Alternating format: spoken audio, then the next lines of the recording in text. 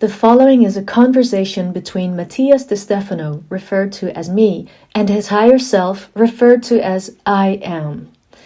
The date is February 18th, 2021, and the subject is the emotional aspect of the ankles in the sign of Aquarius.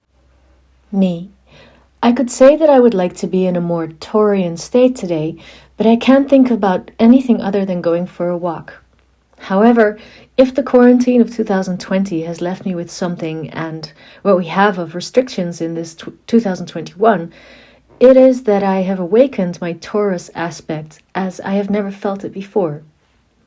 Personally, it is one of the signs that upset me the most, since they go totally against my way of life, of traveling, moving around the world, sometimes not sleeping, forgetting to eat, always doing something. My first partner was a Taurus, and we actually decided to end the relationship because I felt it was killing him. From what I hear, Taurus is a fixed sign, and that characterizes them quite well. I am. Taurus is the body of the earth. It is the densest part of the terrestrial trinity, and embodies the image of a pregnant woman, or rather, an impregnated woman. Me. What? Wouldn't it be that of a bull? I am. Well, its story is still much deeper than just the animal. Let's start with the time. The bull was an important symbol in agriculture, since the oxen, the zebu, the bulls, bovines in general, were the main force to carry the bags of straw and seeds, tools, and above all the plough to carry out the furrows in the field. In addition, its strength was used to grind the grain. The bull was also a symbol of fertility, since it ensured a new litter of calves each year, providing more products, both from farm work and food and tools. Their bones, meats, hides, horns, strength, transportation, everything was used for the common benefit of the family, community, or town. During the end of April to the middle of May, the constellation of Taurus announced the hard work of the fields, the moment of producing wealth. Thus, the bull was a symbol of abundance, wealth, well-being, security. The bull was the beginning of the year. It was also the beginning of the work, the peasant routine, and it was the main source of life, but also her feminine aspect. The cow gave milk, gave life to the calf, was a symbol of fertility, life, nutrition. From it they produced butter, milk, cheese, creams, and the upper classes used to take baths in milk to nourish their skin. The cow was thus also a symbol of abundance, of everything, which met the necessary conditions to give life to an entire people. For this reason, it was said that the cow was the mother of all, and its symbolism of fertility and nutrition made it the banner of ancient cultures, the mother of civilization. Me. So it's not that the ancients believed that the cow had created the universe, but that the cow was a symbol. I am. Exactly. When you look at the ancients from the superficial, in many cases today's society interprets the ancient peoples as basic and a bit silly to think that a cow created the universe. But in reality, it was not what they believed. To understand her symbology, it is as if today you thought that the universe exists based on and as a function of the letters that make up her name. That is, the universe is not made up of the letters U-N-I-V-E-R-S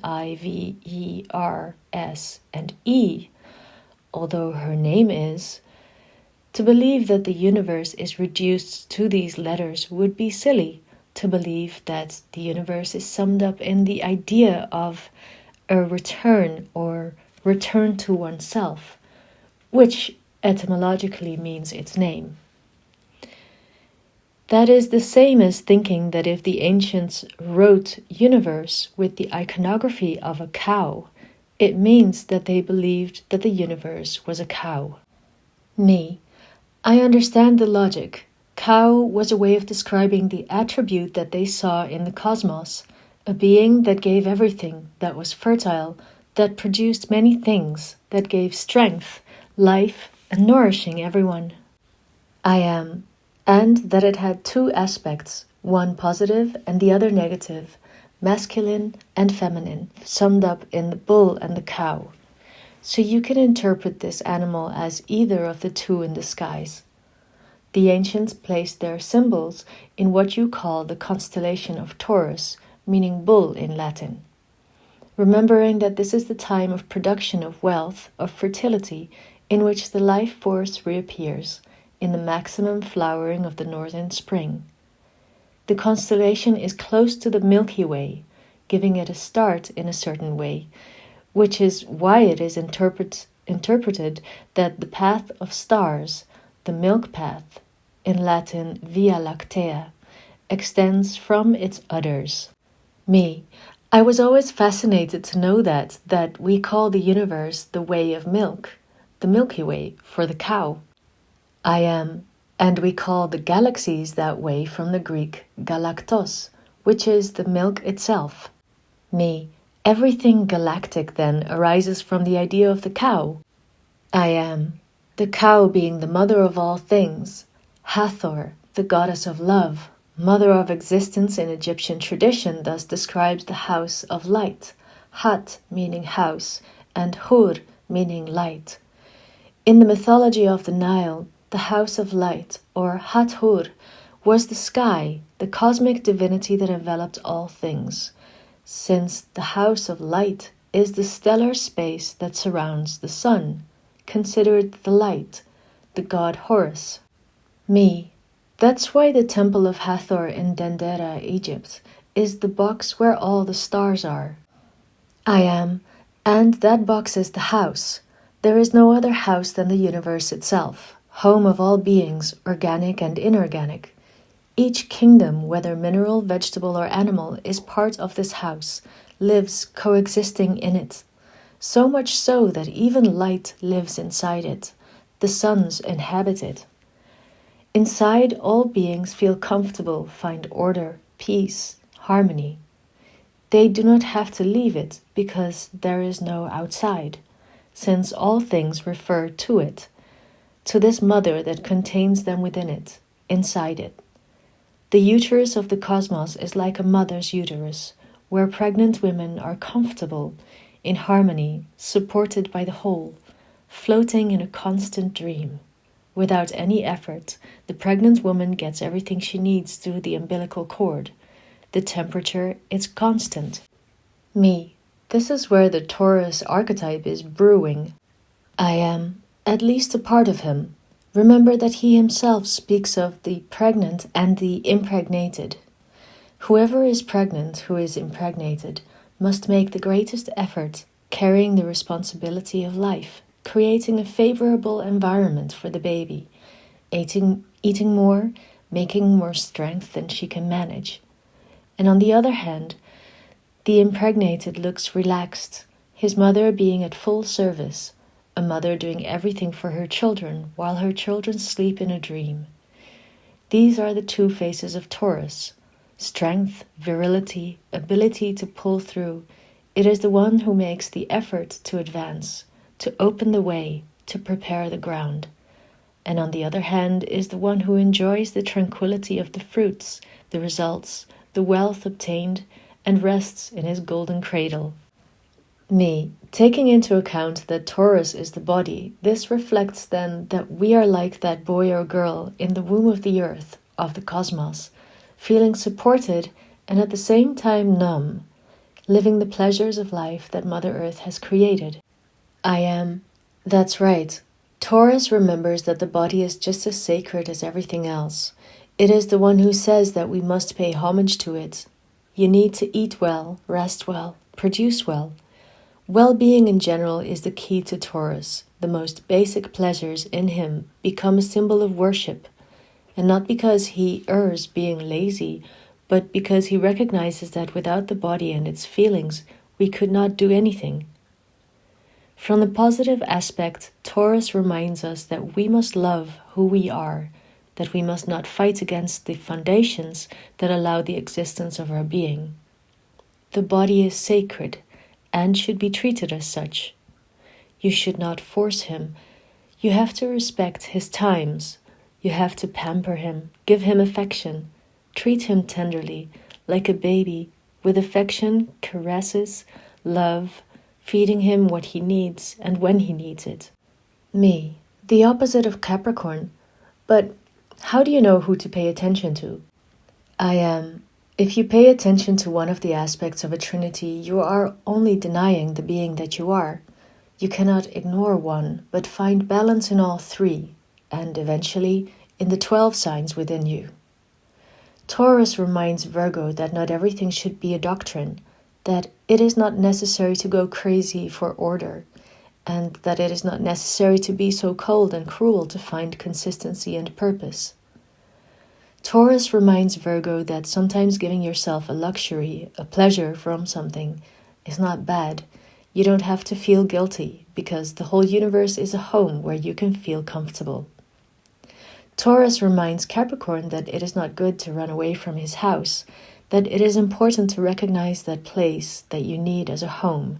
In other words, not a place to hide in peace, but a space of comfort, where from time to time relax without needing to be alert. He is the one who tells Capricorn that he should reward himself at work, that a vacation, a caress, a "I finally made it," and close folder, it doesn't hurt from time to time. Me, it's true, as much as I manage to enjoy what I have and what I get, I always feel guilty, and I can't enjoy what I get because I'm looking for something more and more difficult.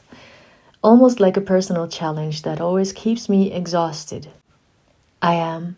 Well, you must learn from this attribute of Taurus.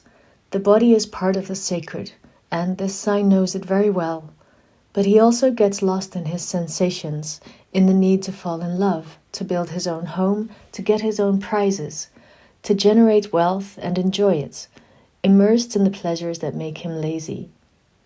Outside the axis, Taurus will live fixed and attached to matter, rooted in the things that surround him, believing that he is the only sure thing he knows. He's afraid of losing, he's afraid of letting go, of being left.